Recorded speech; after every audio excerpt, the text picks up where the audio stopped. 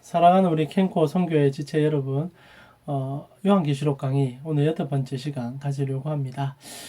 강의가 여러분과 소통이 되는 시간이 되었으면 좋겠고, 또한 기도하옵기는 저희가 5월에는 꼭 얼굴을 대면하고 이 강의를 함께 나눌 수 있는 시간 되기를 또한 기도하고 있습니다. 오늘 8번째 강의, 임봉된 책에 대해서 함께 살펴보고 싶습니다. 요한계시록 5장 1절에서 6절 말씀입니다. 제가 한번 읽어드릴게요. 내가 봄에 보좌에 앉으신 이의 오른손에 두루마리가 있으니 안팎으로 썼고 7빈으로 봉하였더라. 또 봄에 힘있는 천사가 큰 음성으로 외치기를 누가 그 두루마기를 떼며 그 인을 떼기에 합당하냐 하나 하늘 위에나 땅 위에나 땅 아래에 능히 그 두루마리를 펴거나 보거나 할 자가 없더라. 그 두루마리를 펴거나 보거나 하기에 합당한 자가 보이지 아니하기로 내가 크게 울었더니 장로 중에 한 사람이 내게 말하되 울지 마라. 유다지파의 사자 다윗의 뿌리가 이겼으니 그 두루마리와 그 7빈을 떼시리라 하더라. 내가 또 보니 보좌와 내 생물과 장로들 사이에 한 어린 양이 서 있는데 일찍이 죽임을 당한 것 같더라. 그에게 7뿔과 7눈이 있으니 이 눈들은 온 땅에 보내심을 받은 하나님의 7영이더라. 아멘. 사랑 우리 캔코 선교 지체 여러분, 여러분이 천국이라고 한다면 가장 먼저 무엇이 떠오르십니까? 물론 우리가 그리스도인으로 천국을 얘기하면 저 하늘에 있는 헤븐을 생각하는 경우들이 많이 있지만 여러분의 주위의 직장 동료들에게 너에게 천국은 어떤 것이냐고 물어본다면 아마 물질 세계의 연장으로서의 천국을 생각 많이 할 것 같아요. 지금 이제 그림을 하나 보여드릴 수 있는데 이 그림은 여러분 저도 인터넷에서 찾은 그림입니다. 좋은 집 치니까 이런 이제 집이 나와요. 식당은 아닌 것 같고 개인의 아마 저택인데 매우 잘 지어진 고급 주택인 것 같습니다. 얼마 전에 그 기생충이라는 영화를 볼 때도 굉장히 부유한 저택이 이제 소개가 되면서 한번 저런 집 한번 살아봤으면 하는 생각이 좀 들지 않았습니까? 여러분에게 천국 같은 무엇이라고 질문할 때 여러분은 어떻습니까? 여러분 머리에 물질 세계의 연장으로서의 천국이 혹시나 떠오르진 않습니까? 계시록에 보면 천국에 대한 묘사들이 물질 세계의 연장처럼 묘사됩니다. 우리가 이렇게 수주로 보겠지만 황금길 그리고 여러 가지 보석들이 박혀 있고 그리고 그러면 황홀할 것 같은 그런 길들 그러면서 이제 황금 도성으로 또 표현이 좀 되어 있고 그러다 보니까 마치 천국이 지금 우리가 살아가는 세상에서 가장 좋음이 투사되는 세상으로 느껴집니다.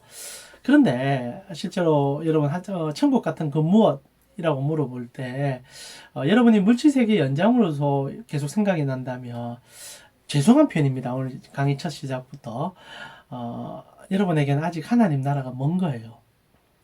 하나님 나라 천국에 대해서 가장 먼저 얘기하면 성도는요 왕권을 먼저 생각하고 우리가 배울 예수 그리스도가 가장 먼저 떠올라야 합니다. 천국, 우리 주님 볼 수 있는 곳, 우리 주님 섬길 수 있는 곳, 그것이 천국이죠. 주님이 다스리는 곳이 천국입니다. 그래서 우리가 땅에서 신앙생활 할 때도 천국이라고 한다면 우리가 주님을 예배하는 그 자리, 그리고 주님을 묵상하는 그 시간, 그것이 다 천국이에요. 그러나 이것이 이제 회복으로서의 천국이 이제 우리에게 앞으로 주어지겠죠. 이 얘기를 왜 하느냐? 실제로 이제 앞으로 우리가 보게 되는 세 가지 재앙에 대한 얘기, 우리가 오늘부터 이제 한 몇 주 정도는 임봉에 대한 얘기를 볼 겁니다. 이렇게 하나님께서 계시를 주는데 7개의 임봉을 하나씩 떼면서 하나님의 계시가 어떻게 되어질지를 얘기하고요. 그리고 나팔을 부는 7천사에 대한 얘기, 그리고 이제 7대접을 붙는 천사의 얘기를 3번에 걸친 계시의 상징성들을 좀 해석하게 되는데 그 계시가 끝날 때마다 가장 끝에 나오는 얘기는 천국에 대한 얘기거든요. 물론 화려함과 아름다움을 노래하지만 근데 가장 중요한 건 언제나 왕권을 얘기해줘요. 마지막 이제 나팔이 7번째 나팔이 불려진다. 마지막 7번째 대접이 이제 들이부어진다. 그리고 마지막 7번째 인이 떼어질 때 우리가 보게 되는 것은 언제나 예수 그리스도입니다. 천국, 우리에게는 막연히 먼 것 같지만 실제로 신앙인에게 천국은 먼 곳이 아니에요. 여러분이 지금 이 강의를 듣고 있으며 예수 그리스도를 묵상하고 여러분의 삶의 하나님 나라를 온전하게 섬기는 그 순간 여러분 이 땅에서 천국을 누리는 거죠. 그래서 천국에 대한 개념을 좀 잡으시면서 오늘 우리가 이 질문, 천국 같은 그 무엇이 무엇일까? 라는 생각과 함께 우리 신앙인에게 천국은 무엇인지 한번 생각해 보면 좋겠습니다. 그럼 오늘 본문은 7인으로 임봉된 두루마리가 이제 표현이 되어 있죠. 5장 1절을 보니까 내가 보매 보좌에 앉으시니 오른손에 두루마리가 있으니 안팎으로 섰고 7인으로 봉하였더라 라고 되어 있습니다. 계시의 첫 상징을 하나님께서는 7인으로 봉인된 두루마리를 보여주는 거죠. 첫 번째, 두 번째, 세 번째 인, 나팔, 그리고 마지막 대접 재앙은 각자 독립된 재앙들입니다. 그리고 같은 얘기를 더 확장해서 해주는 거거든요. 이제 아마 지금 들으시면 잘 이해가 되지 않을 건데 저희가 이 강의를 계속 들으면 마지막 강의 좀 들을 때 이 이제 재앙에 대한 얘기를 마지막 들을 때 이런 얘기였구나라고 감이 조금 잡힐 거예요. 중요한 것은 각자 독립된 계시의 얘기입니다. 그리고 첫 번째 계시를 보여줄 때 가장 중요한 것이 두루마리라는 거죠. 인으로 봉인되어 있는 두루마리라는 겁니다. 이 두루마리가 실제로 우리 성도들에게 있어서 이 계시의 세상을 살아갈 때, 이 말세의 세상을 살아갈 때 가장 중요한 핵심 포인트라는 겁니다. 그래서 우리가 저번 주 강의를 보면 하나님께서 보좌에 앉아 있는 모습을 보게 되었죠. 그리고 그분의 나라가 어떤 형상으로 되어 있는지를 24장로 말씀의 계시의 완성을 보여주며 모든 성도들이 함께 찬양하는 그 자리를 보았었습니다. 그러면서 오늘 이제 그 첫 계시의 시작으로 7인을 7인으로 동봉된 책을 보여주는데 하필 왜 7인으로 동봉된 책이 처음 계시의 첫 장면인가 라는 질문을 할 수밖에 없겠죠. 사랑하는 우리 캠코 선교 지체 여러분, 여러분의 생각에 하나님께서 첫 계시를 보여주시는데 왜 하필 임봉된, 그것도 7인으로 임봉된 두루마리를 보여주셨을까요? 여기에 우리가 좀 주안점을 가지고 오늘 강의를 풀어보겠습니다. 여러분 7인으로 동봉된 책, 이 두루마리라고 생각한다면 아마 7이라는 숫자 가장 먼저 떠오를 수 있을 것 같아요. 7인이고 그리고 그 다음에 7 나팔이고 7 대접입니다. 모두 다 7이에요. 그럼 왜 하필 7이라는 숫자를 가지고 계시를 풀어가고 있냐라는 질문이죠. 이게 중요한 질문이 될 수 있습니다. 7이라는 것은요, 이 임봉된 책뿐 아니라 나팔도 그렇고 대접도 그렇고 히브리인들에게 7이라는 것은 언제나 완성을 나타내죠. 여러분 첫 완성으로서 7이라는 개념이 언제 잡힙니까? 하나님께서 7째 날 맞죠? 우리에게 안식하심으로 우리에게 그 안식을 선물을 주셨지 않습니까? 실제로 성경 속으로 들어갈 때 하나님 한 번도 쉬신 적이 없는데 하나님께서 쉬셨다는 표현을 씀을 통하여 우리의 창조가 완성되었다는 것을 보여주셨거든요. 그러면서 선물로 인류에게는 첫 시작부터 쉴 수 있음을 통하여 하나님 나라가 그러한 가치다. 여러분 신나니까 막연히 근데 집에서 퍼즐러 있다 이게 아니라 진짜 온 만물 가운데서 안식을 누리게 해주는 것이 창조 섭리의 완성이었다라는 얘기입니다. 그런 관점에서 이 모든 계시는 7으로 통일이 되어 있어요. 무슨 말이냐? 완전하다는 겁니다.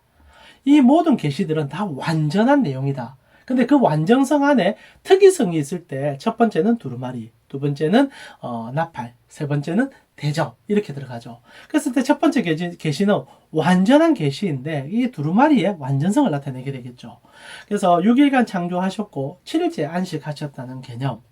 이것이 이제 하나님께서 이 계시야말로 시작이며 끝이며 완전하며 그리고 온전히 그리스도인들에게 평안을 주기 위한 그 해석, 그 내용, 그것이 이 임봉에 대한 얘기입니다. 근데 이제 이렇게 우리가 조금 더 썰머리를 하고 전체 계시에 대한 얘기를 나누고 나서 이 두루마리라는 것을 왜 주셨냐라고 질문할 때 오늘 이 계시록에는 좀 독특한 표현 몇 가지를 통하여 우리에게 연상을 시키는 장면들이 있습니다. 여러분 지금 두루마리를 처음 줬거든요. 아마 이 강의를 듣고 계신 우리 캠코 선교의 지체 분들에게 제일 먼저 떠오르는 것은 성경책일 거예요. 여러분 우리 오늘날은 성경책이 페이퍼에 이렇게 적혀서 이제 책으로 만들어져 있지만 1세기 아니면 그 이전의 성경책들은 다 두루마리로 되어 있지 않습니까? 양피로 되어 있든지 아마 파피루스로 되어 있다든지 그렇게 해서 보관하는 책들이었죠. 그래서 그들 이제 유대인의 안식일에 되면은 해당해서 그 두루마리를 꺼내서 쫙 펴서 읽죠. 예수님도 해당해서 그 두루마리를 쫙 펴서 이제 주죠. 이 한 가지 좀 짚고 넘어가면 예수님께서 공생의 첫 사역 시작할 때 이사야 61장을 랍비가 읽게 하죠. 해당에 처음 방문하셨을 때, 이게 해당 구조가 이래요. 그날 이제, 읽을 말씀을 예수님이 선택하지 않습니다. 유대인 랍비가 꺼내서 이렇게 펴서 읽을 대독할 사람에게 줘요. 그게 이사야 61장이었다는 거죠. 그래서 예수님께서 읽습니다. 새하늘과 새 땅에 대한 얘기. 그리고 그것이 오늘날 성취되었다는 거, 읽어주죠. 계시로서의 완성되는 모습. 그 나오는 두루마리 얘기일 수 있습니다. 그래서 두루마리를 얘기하며 가장 먼저 성도들에게는 이제 말씀이 기억날 것 같아요. 근데 말씀이 맞아요. 말씀이 맞는데 이 말씀이 어떤 의미로서의 말씀인가라고 얘기할 때 요한계시록 오늘 우리가 읽고 있는 5장에서의 두루마리는 몇 가지 단서를 줍니다. 첫 번째는 뭐냐면 이 두루마리가 양쪽으로 써져 있다는 거죠. 여러분 5장 1절을 보니까 안팎에 써져 있고 7인으로 봉해진 책. 그러니까 이 책의 핵심은 안팎으로 써져 있는 책이라는 겁니다. 이게 왜 이런 의미를 요한이 썼을까? 이 구약 성경이에요. 안팎으로 기록된 책이 두 번 설명이 됩니다.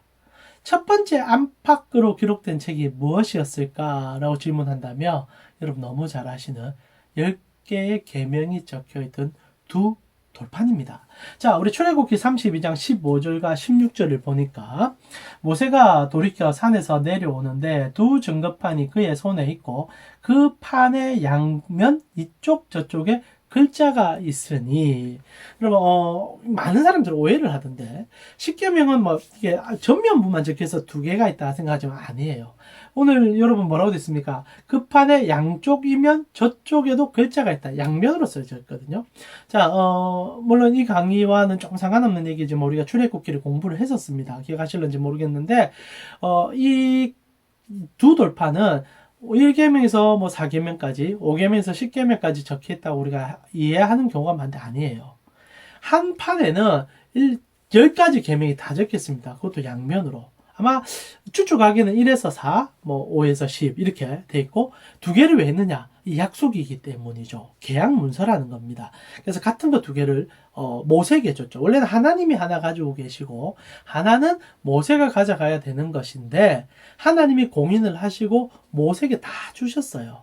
이게 우리가 하나님의 받은 사랑이죠. 하나님께서는 그 증거함을 우리 손에 맡깁니다. 여러분 언제나 계약서는요. 한쪽이 소유함을 통하여 나중에 권리를 주장할 수 있잖아요. 근데 그 권리를 하나님 포기하신다는 얘기예요. 그럼 이 두 돌판은 뭐냐? 예수 그리스도죠. 그분께서 모든 권리를 포기하시고 우리 가운데 오셔서 십자가에 못 박혀 죽잖아요. 말씀의 완성으로서. 자, 그런데 이제 중요한 것은 오늘 이 두루마기를 표현해 주는데 첫 번째 양면으로 써져 있다라는 메시지를 통하여 우리에게 보여주는 것은 이것은 10계명의 완성의 두루마리. 근데 이렇게 생각하시면 아마 율법으로 이해할 수 있는 그게 아니라 10가지 계명의 완성은 예수 그리스도세요. 여러분 우리가 10계명 다 못 지킵니다. 사람은 10가지 계명 자체를 지키기가 쉽지 않아요. 사실 1계명부터 우리는 늘 갈등하고 고민하잖아요. 우리 하나님을 전능함으로 섬기고 그분께 우리의 모든 것을 드려야 되는데 우리 그것부터 잘 안 될 때가 많잖아요. 우리는 실제로 10계명 앞에 설 때마다 죄인임을 느낍니다. 도둑질하지 마라. 남의 것을 탐하지 마라. 우리가 얼마나 그리고 예수님께서 확장해서 설명해 주잖아요. 너희 마음으로 품은 것도 죄악이다. 간음죄다. 우리는 10가지 계명 앞에 언제나 두려움과 떨림으로 설 수밖에 없는데 오늘 이 두루마기를 우리에게 보여주면서 하고 싶은 얘기는 이 두루마리는 예수 그리스도께서 완성하신 완성하신 하나님의 언약의 말씀이다 라는 거죠. 그래서 첫 번째 언약의 완성으로서의 이 두 양면으로 써 있다는 내용을 주심을 통하여서 첫 번째 이 우리 계시의 첫 번째 의미는 완성, 이제 율법의 완성으로서의 두루마리라는 의미입니다. 나아가 에스겔서에 보면 이 양편에 대한 얘기가 또 나와요. 2장 9절에 보니까 내가 보니 보라 한 손이 나를 향하여 펴지고 보라, 그 안에 두루마리 책이 있더라. 그가 그것을 내 앞에 펴시니 그 안팎에 글이 있는데 그 위에 애가와 애곡과 재앙의 말이 기록되어 있다. 첫 번째는 율법의 완성으로서의 의미를 양편이라는 두루마리를 통하여 우리에게 전달한다면, 두 번째, 완성인데, 완성했다는 말은요, 곧 무엇이냐면 심판하고 같이 연관이 돼요. 이제 보게 되는 내용인데, 여러분, 역사의 마지막 완성은요, 이때까지 우리가 모두 했던 일들을 정산하는 날이 될 것입니다. 이게 계시의 종말이죠. 여러분, 우리가 종말을 생각할 때 너무 막연하게 좋음으로 생각하지만은 실제로 종말의 날은 무서운 날이 맞아요. 그렇다고 우리 계시록을 무서워할 필요는 없지만, 여러분, 종말의 날이라는 것은 결산의 날과 마찬가지 얘기입니다. 그리고 결산의 날엔 오늘 우리가 본문에 보겠지만 어린 양의 피로 값싼 양들은 그 값을 치러 산 우리들은 그날은 기쁨과 회복의 날이죠. 그러나 그 피의 값을 모르는 자들에게는 그들이 지었던 죄에 대하여 정산이 이루어지게 되죠. 그것이 애곡과 눈물과 고통, 이것이 그들에게 주어진다는 얘기입니다. 그래서 완성으로서의 책이며 또한 눈물로서의 고통에 대한 가르침으로서의 책이 이 두루마리라는 겁니다. 그리고 실제로는 요한계시록 전체의 주제죠. 요한계시록을 읽는 성도들은 위로를 받습니다. 아, 나도 그 심판에 떨어져야 되는데, 나도 그런 죄인인데, 근데 어린 양의 피로 내가 구속을 받았단 말이가. 그러면서 이 땅을 살아갈 때 다시 힘을 얻는 거예요. 내가 믿는 그 주님 위해서 살아야 되겠구나. 그러나 그것을 알지 못하여 자기 종욕대로 살고 자기가 자기의 인생의 왕이 되어서 자기 인생을 자기 힘대로 끌어갔던 자들은 마지막 날 자기 인생을 자기가 정산하게 된다는 얘기입니다. 결국 그게 뭡니까? 애곡과 그리고 고통과 눈물의 시간들이 될 거라는 얘기죠. 그래서 두루마리라는 얘기를 해주면서 이 요한이 서두를 던진 것, 안팎으로 기록되어 있다라는 내용을 통하여 우리 성도들에게 두 가지 핵심 메시지를 전달합니다. 율법의 완성으로서 예수 그리스도. 그러면서 이 책은 또한 그 그리스도를 알지 못하는 자들이 받을 심판, 이 의미를 잘 포함하면서 볼 필요가 있다는 거죠. 그래서 이 7인으로 인봉된 두루마리라는 얘기는 하나님 나라의 구원과 그 마지막을 상세히 기록해준 책이다라는 의미를 두고 있는 거죠. 그래서 7인이라는 것이 사실 그렇게 디테일한 내용은 잘 없습니다. 그러나 이 계시록을 볼 때 이 두 가지 관점, 주님의 나라의 완성으로서의 그 관점과 나아가 주님의 나라의 완성에 동참하지 못할 자들이 받을 그 고통에 대한 관점으로 이해하시면서, 그러면서 그리스도인이 질문하게 되는 거죠. 나는 그럼 어떻게 살아야 되는가? 이 현실적인 질문까지 도달하는 책, 이게 요한계시록입니다. 근데 오늘 요한이 이 이제 두루마리를 보게 된 거예요. 7인봉이 박혀있는 이 책, 앞뒤로 양면으로 기록되어 있는, 아마 이렇게 되어 있을 때 이쪽에도 글이 쓰여 있고 안쪽에도 쓰여 있는 그런 책이었겠죠. 근데 이제 봉인이 되어서 읽지를 못하게 되어 있는 겁니다. 계시록 오늘 말씀 보니까 5장 2절에서 3절을 보니까 천사가 음성을 예쳐서 이 두루마리 누가 펼 거냐라고 질문하죠. 그러자 요한이 그 두루마리를 보면서 펑펑 웁니다. 왜? 아무도 이 두루마리를 펼 수 있는 사람이 없으니까요. 이제 이거 펴가지고 이제 모든 것을 결산해야 되거든요. 결산은 중요한 거 아닙니까? 여러분, 공부를 왜 합니까? 우리가 왜 일을 합니까?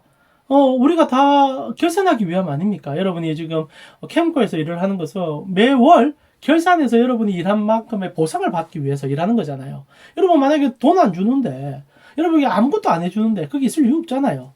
그리고 여러분이 대학 공부를 왜 했고, 여러분이 고등학교 때 왜 공부하셨습니까? 그것을 통해서 여러분과 뭔가를 성취하기 위함이잖아요. 똑같아요. 여러분, 끝이 나야 돼요. 한 가지는 끝이 나요. 시험 쳐서 성적이 발표가 되든지 아니면 그것을 통해 결과를 봐야 돼요. 이거는 역사 속에서 가장 중요한 일이에요. 근데 오늘 요한이 이 인봉을 봤어요. 이제 드디어 끝날 수 있다는 것을 봤어요. 근데 이것을 펼 사람이 아무도 없는 거예요. 두 가지 의미가 있겠죠. 내용을 알 수 없다는 것과 그리고 실제로 언제 끝날지를 알 수 없다는 것. 다른 말로 표현하면 공포죠. 근데 요한이 이 얘기를 왜 하느냐? 이게 인류의 공포이기 때문입니다. 여러분, 우리 인생은 P2D여서 이 땅에서 태어나지 않습니까? 자기가 원해서 태어난 사람 없어요. 그러면서 살아가면서 실제로는 자기가 원하는 듯 살지만 P2된 삶은 P2된 삶으로 끝납니다. 마지막 어떻게 됩니까? 자기 죽음이 언제 올지 모르고 죽음이 다가오는 것을 깨달지도 못하다가 어느 날 막닥뜨린 죽음 앞에서 가장 고통스럽게 죽는 게 우리 인생 아닌가요?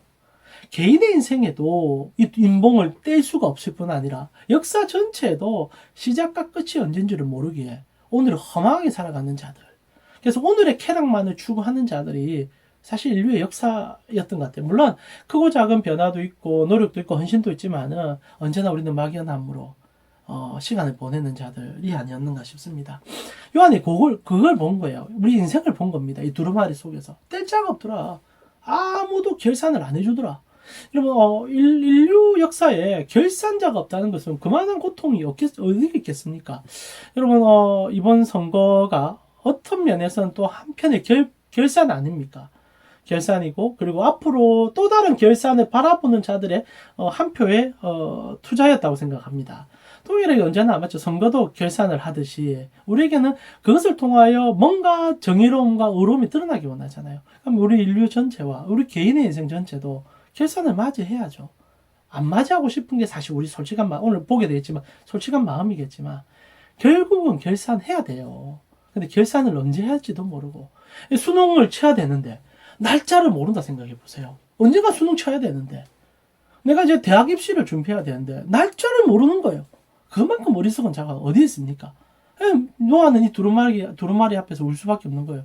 인봉이 되어 있는 거예요. 아무도 이거 못 펴요. 여러분 세상에서 우리가 수많은 이 그림을 보시면 수많은 우리가 뭐 재력을 가지든 아니면 과학 지식을 가지든 아니면 어떤 종교를 가지든 실제로 이 인봉에 대해서는 아무도 얘기해 주지 않습니다. 제가 최근에 이제 불교에 대한 관심도 높아져서 도울 우리 선생이 또 강의한 불교에 대한 강의를 쭉 들었어요. 도울 선생 참 이렇게 엉뚱하긴 하지만은 참 강의 잘해요. 그런데 제가 불교에 대한 이 얘기를 쭉 들으면서 이 순환구조 아닙니까? 그리고 순환구조가 될 수밖에 없는 이유들을 설명해주고 그러면서 인류가 살아가는 보편적인 진리 안에서의 순환구조를 계속 설명해냅니다. 그게 불교거든요. 실제로 인봉을 못 된 거죠. 아니 못 되죠. 그러니 계속 순환한다고 얘기하는 겁니다. 그리고 한 가지 얘기하죠. 그런데 착하게 살아야 된다. 착하게 살아야 된다. 그래서 이 카르마, 악업을 버려서 그리고 실제로 맞죠. 이게 나락에 지옥에 빠지지 않도록 하는 것이 이들의 목적이 되어 가는 겁니다. 불쌍한 거예요. 솔직히 불쌍한 거예요. 왜냐하면 인봉을 못 되니까 순환 구조를 설명할 뿐입니다. 그러나 우리 기독교는 다르죠. 시작과 끝을 분명히 얘기합니다. 그리고 그 시작과 끝의 중심에 예수 그리스도를 둡니다. 성경 전체의 주제가 예수 그리스도 아닙니까? 그 얘기를 오늘 하는 거예요. 자, 그래서 실제로 이제 인봉을 뗄 자가 있냐라고 질문을 했을 때 저는 이 인봉을 뗄 자가 없다는 거. 그리고 두 번째, 뗄 마음도 없다는 거. 실제로 모르고 싶어 해요. 왜냐하면 우리 누구도 역사의 심판 앞에서 그리고 하나님의 심판 앞에서 떳떳할 사람이 아무도 없죠. 그러니까 안 떼지기를 바랄 수도 있다고 생각합니다. 그래서 떼기를 누구나 두려워하고 있는 건 사실이에요. 그러나 여러분 기억하세요. 결국 정산해야 됩니다. 그래서 이제 오늘 본문에 대성통곡하죠. 왜냐면 요한은 정산을 해야 되는 인물이죠. 그는 하나님을 알기 때문에 그 하나님 보고 싶은 거예요. 정산하고 싶다는 거예요. 여러분은 이 인봉된 책을 보면서 어떤 기대와 어떤 소망을 보시게 됩니까? 여러분 질문 먼저 하고 싶어요. 여러분은 이 인봉이 떼져서 정산하는 인생을 소망하십니까? 여러분 만약 여러분이 참다운 예수 그리스도를 만났다면 여러분이 잘 살고 못 살고의 문제가 아니라 그 정산의 날을 기대하게 되어 있어요. 기대하는 게 성도예요. 근데 여러분 여전히 우와 정산되면 안 되는데 여전히 아직 좀 더 있어야 되는데 아니면 내가 이거 해야 되는데 라는 생각이 든다면 여러분 참 불쌍한 사람이에요. 예수 믿으면서도 불쌍한 사람이에요. 정산의 날을 기대하며 정산이 되지 못하는 걸 보고 우는 자 그게 성령 받은 자입니다. 오늘 요한이 그렇다는 거죠. 결국 인봉을 떼지 못한 요한이 오니까 성경이 우리에게 뭘 얘기합니까? 사자인 예수 그리스도가 어린 양으로서 그 인봉을 뗀다고 얘기합니다. 이게 중요한 얘기인데요. 자, 인봉을 뗄 수 있는 유일한 분은 5장 5절에 설명해 주지 않습니까? 장로 중에 한 사람이 내게 말하되 울지 말라. 유다 지파의 사자 다윗의 뿌리가 이겼으니 그 두루마리와 그 7인을 뗀다. 결국 역사의 마지막은 예수 그리스도만이 완성시킨다라는 얘기를 이 책이 정확히 전달해 줍니다. 근데 여기서 재밌는 포인트가 있어요. 처음에 뭐라고 합니까? 유다 지파의 사자. 여러분 사자.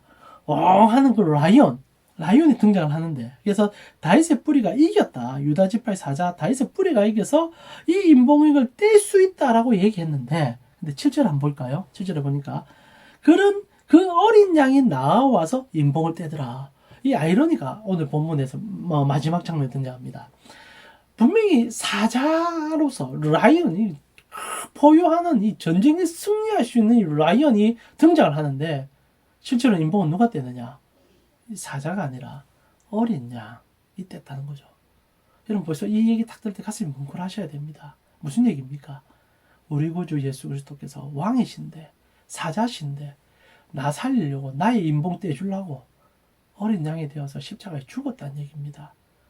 어린 양이 보좌에 아르신 이 오른손에 두루마리를 취해서 뗐다. 그 어린 양이 나를 위해서 죽어줬다. 그래서 그 인봉이 나의 인생에서 떼졌다. 여러분 우리가 우리 인봉을 못 뗍니다. 근데 여러분의 인봉이 언제 떼졌습니까? 여러분 인생이 하나님으로 인하여 결산이 언제 시작됩니까? 우리 구주 예수 그리스도께서 여러분의 죄값을 그의 몸으로 담당한 그날 우리는 인봉이 떼진 거예요. 그래서 우리는 이제 두루마리를 폈습니다. 안팎에 기록되어 있는 완성의 책을 보고 그 말씀 때문에 위로받고 결국 이 기록은요 하나님의 생명책의 기록과 동등합니다. 결국 주님이 여러분 다 마지막 날에 여러분을 배울 때 여러분의 행위의 문제도 여러분 하나님이 거론하시겠지만 그러나 예수 그리스도께서 그 옆에 분명히 얘기하실 겁니다. 이 자는 나의 피해를 힘입어 이 땅을 살았던 자입니다. 우리의 유일한 변호사시요 우리의 유일한 중보자 되신 예수 그리스도께서 여러분을 죄 없다 칭해 줄 겁니다. 그때 우리가 눈물밖에 안 날 거예요. 어린 양의 그 희생과 그 눈물을 우리가 다시 한번 경험해요. 우리가 어제서 펑펑 울 겁니다. 그리고 구원하심이 어린 양께 있도다. 그 찬양이 터져 나올 수밖에 없는 곳. 그것이 천국이라는 거죠. 그래서 어린 양으로 오신 그분이 우리의 사자 되심을 기억하셨으면 좋겠어요. 그래서 오늘 5장 6절의 표현처럼 그에게 7뿔과 7눈이 있으니 눈은 온 땅을 두루 살피는 7영이다. 여러분 짧게 한번 설명할게요. 여러분 성경에서 뿔은 권능을 나타내고 보호와 사랑을 말하지 않습니까? 결국 어린 양으로 돌아가신 그분 여전히 사자시거든요. 단순히 하는 그런 포효하는 사자가 아니라 진짜 능력이 있는 사자. 그래서 우리를 위해서 대신 싸우시고 모든 권세를 소유하셨고 7의 눈과 7의 뿔을 갖고 있어요. 성경의 뿔이라는 것은 권세를 나타내고 눈이라는 것은 본다는 의미 아닙니까? 우리를 완전하게 칠입니다. 완전하게 보시고 완전한 권세로 우리를 보호하신다. 사랑 우리 캔코 성교 여러분, 결국 여러분의 인봉을 떼주신 분은 내가 아니라 나의 공로나 나의 행위가 아니라 예수 그리스도께서 어린 양으로 여러분 대신 죽어주시기 때문입니다. 결국 요한계시록의 핵심은요, 어린 양의 핏값을 받은 자들이 그 은혜에 목이 메여 그 은혜에 감사할 수밖에 없게 만드는 죄, 그리고 그 은혜 때문에 세상에 기죽고 세상의 그런 물욕과 세상의 그런 권세에 찌든 것이 아니라 예수 그리스도께서 사자임을 알아 그 은혜로 살아가는 자들, 그 책을 요한계시록 묘사합니다. 자, 우리 교회 성도님, 그래서 주님의 교회를 향한 첫 계시 7 인봉을 여러분 마음에 새기시고 여러분 완전한 그 하나님의 책에 기록됐을 뿐 아니라 하나님께서 당신의 독생자를 우리 가운데 보여주셔서 그 인봉을 떼주는 순간 우리는 그 은혜를 경험하여 하나님 나라에 들어가신 자들입니다. 그래서 오늘도 힘있게 사십시오. 영원한 그의 나라를 묵상하며 오늘 그 나라의 연장선으로서 하나님 때문에 살아가는 여러분 되어질 때 여러분의 삶은 또 다른 힘의 능력으로 하나님이 주시는 그 능력으로 살게 될 것입니다. 한 주간도 힘있게 사시고 다음 주에 다시 한번 예수 그리스도를 향한 묵상을 함께 나누었으면 좋겠습니다. 승리하십시오.